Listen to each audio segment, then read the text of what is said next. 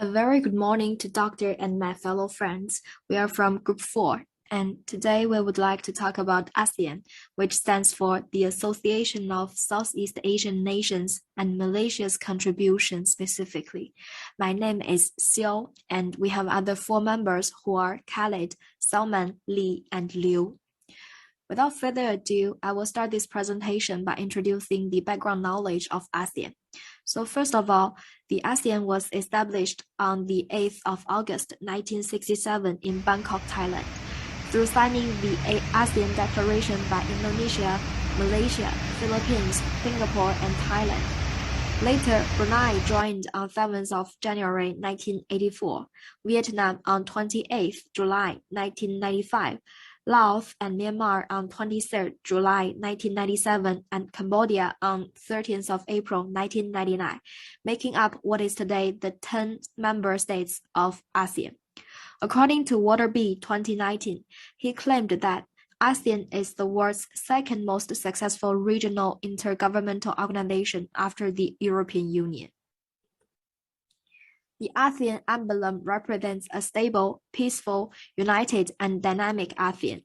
The blue color represents peace and stability. Red depicts courage and dynamism. White shows purity, and yellow symbolizes prosperity. The circle represents the unity of ASEAN. The stalks of paddy in the center of the emblem represent the dream of ASEAN for comprising all the countries in Southeast Asia, bound together in friendship and solidarity. ASEAN's motto is One Vision, One Identity, One Community, and the 8th of August is observed as ASEAN Day. ASEAN also has its own anthem entitled The ASEAN Way. The anthem is an expression of ASEAN unity. Here, let's enjoy it together and feel the sense of ASEAN identity and belonging among the peoples of the region.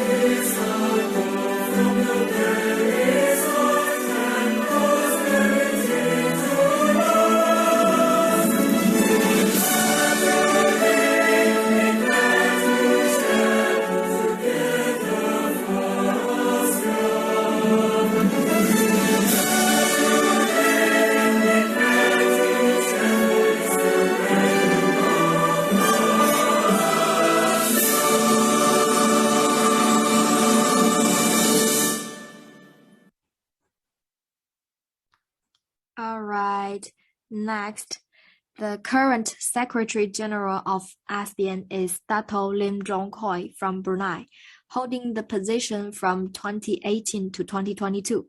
The duty of the Secretary General is to, first of all, facilitate and monitor progress in the implementation of ASEAN agreements and decisions, submit an annual report on the work of ASEAN to the ASEAN Summit, participate in ASEAN meetings and meetings with external parties in accordance with approved policy guidelines, recommend the appointment and termination of the Deputy Secretaries General to the ASEAN Coordinating Council for approval.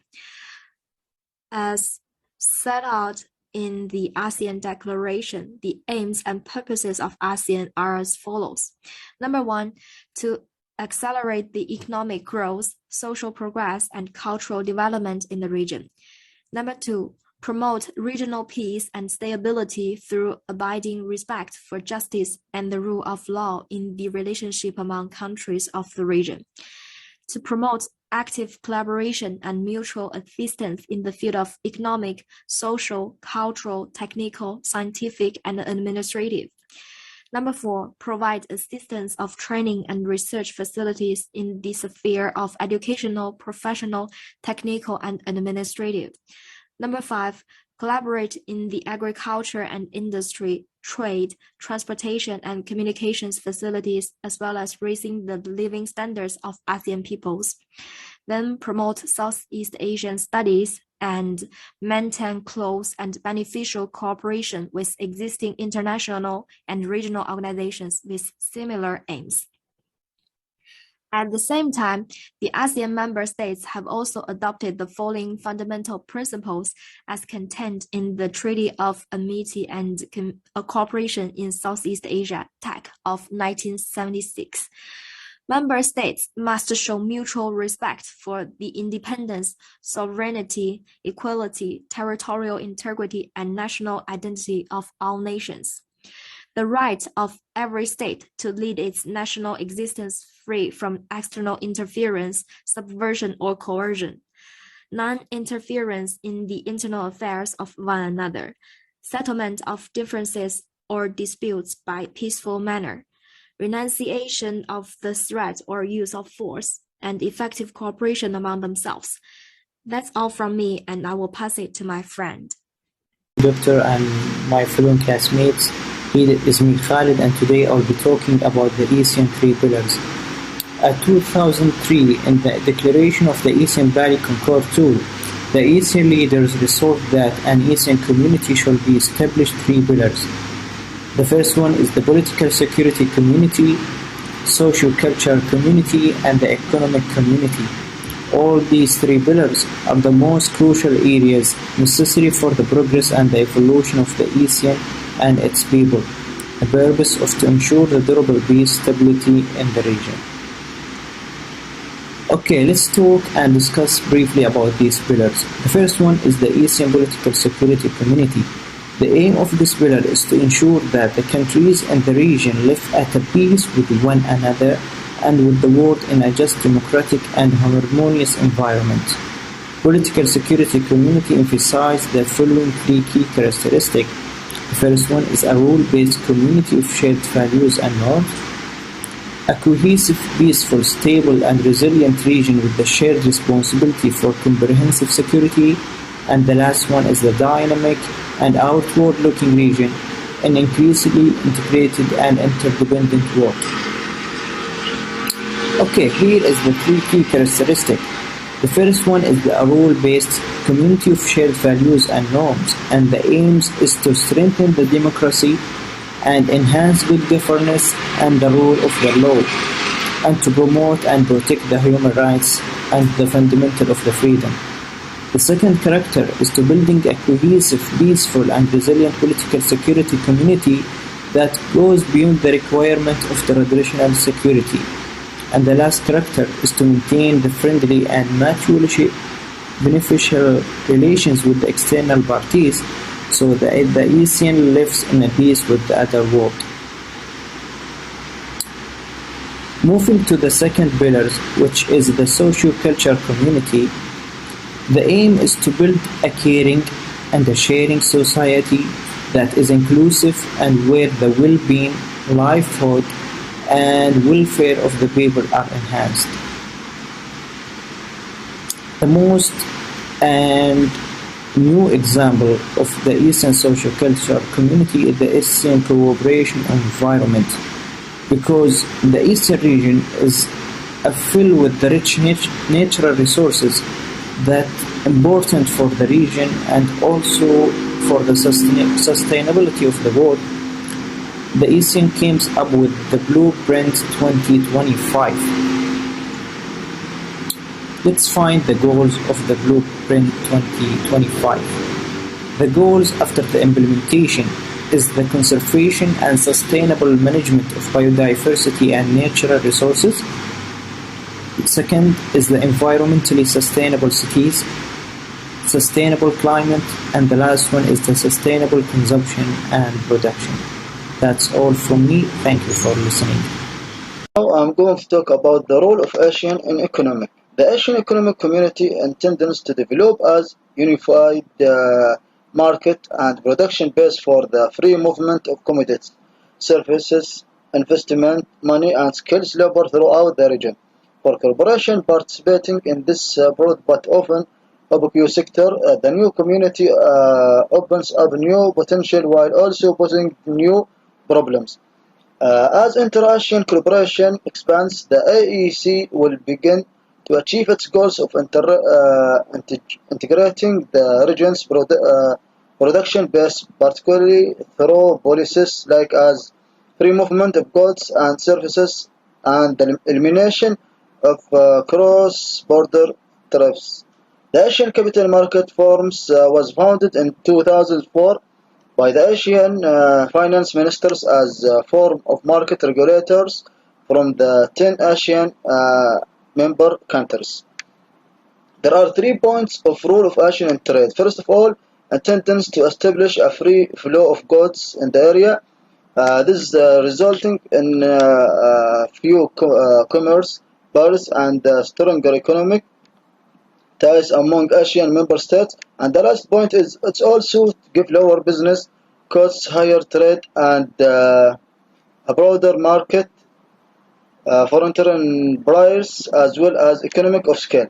Brunei, Indonesia, Malaysia, Philippines, Singapore, and Thailand have reduced inter-Asian import taxes on 99.65% of their tariffs lines thanks to the ATIGA agreement. On 98.86% of their tariff lines, Cambodia, Myanmar, and Vietnam have lowered import taxes from zero to between 0 to 5% non-tariff measures that might have non-tariff bars impacts on the region's trade and chemical operation are now being addressed. The role of ASEAN in tourism. Tourism has been one of ASEAN's key development industries, holding up well in the face of global economic downturns. The region's varied range of tourism attraction received 81 million tourists in 2011, up 30% from 62 million in 2007. ASEAN as a whole emerged as the most popular tourist destination, accounting for more than one-third. It will be 38% of all tourists. Tourism arrivals increased by 86% between 2007 and 2011, from 3.93 million to 7.32 million, demonstrating that Chinese tourists are flocking to the region. Meanwhile, India tourists surged by 49.5% to 2.71 million. There are two advantages of the ASEAN, which are natural resource and medical tourism. Natural resource, the abundance of magnificent scenery, geographical formation, and aquatic pods in several Asian nations benefit investors tremendously. The medical tourism, it's a term that refers to the practice of medical tourism, is progressively emerging as a niche market in ASEAN for visitors seeking treatment or undergoing medical treatment. Now, the role of Asian foreign relation. ASEAN is aimed to establish friendly relation, mutually beneficial dialogue, collaboration, and partnership with states as well as international organization and institution. ASEAN is the primary driving force behind regional collaboration and primary player in regional cooperation organization. As outlined in the Asian Community Vision 2025, the Asian Political Security Community Blueprint 2025 emphasizes the importance of for ASEAN to deepen cooperation with strength engagement with other external parties, reach out to new potential partners for mutually beneficial relation and response collectively and constructively to global developments. Hello everyone, my name is Liu Qianhui. My train number is 205163. My part is Malaysia's contribution in ASEAN. The first contribution, Malaysia plays a leading role in promoting entrepreneurship entrepreneurship in ASEAN. Dato pointed out one AES will definitely provide ASEAN entrepreneurs with an interactive platform, promote networks, and promote ASEAN cooperation. Innovation is a key element in the new economy. Other key measures include interacting companies, research organizations, and the government. Innovation is also driven by knowledge-based entrepreneurs to promote cooperations between industry and academia to provide knowledge transfer and commercialization services and to instruct entrepreneurial culture in researchers. Malaysia played an important role in the process of ASEAN expansion and statements functions improvement. As a member of ASEAN, Malaysia has gradually constructed its core role and functions within ASEAN through its interactions with other member countries and interaction with countries outside Southeast Asia. Under the leadership of the government, Malaysia has taken a more active attitude in participating in the building of ASEAN community. Despite the recent reorganizations of the Malaysian government, its ASEAN policy and its role and functions in it will not undergo major changes. Carried out state visits to Brunei, Singapore, Indonesia, and other member countries, and carried out high-level dialogues with help platforms such as the ASEAN Summit to strengthen bilateral economical and trade cooperation and friendly exchanges. Malaysia has played a vital role in facilitating and sharpening the overall process and development of ASEAN. Malaysia is a founding member of ASEAN. In the process of Malaysia's commitment to regional cooperation in Southeast Asia and the creation of ASEAN, it is an important requirement for Malaysia to coordinate its relations with other neighboring countries in Southeast Asia and jointly responsible to external threats. Malaysia needs to take a more active attitude to participating in the construction of the ASEAN community. Okay, my part is over. My group member will continue. My name is Li Meiling and my train number is 204873. I will continue talk about the Malaysian contribution in ASEAN. I will break it down into two parts. The first is social-cultural development. Malaysia has played a major role in ASEAN humanitarian admissions, both financial and through human resource efforts. These include aiding countries affected by natural disasters such as Indonesia, Myanmar, Laos, Cambodia, and the Philippines, as well as becoming an intermediary for peace talks between the Philippine government and the More Islamic Liberation Front.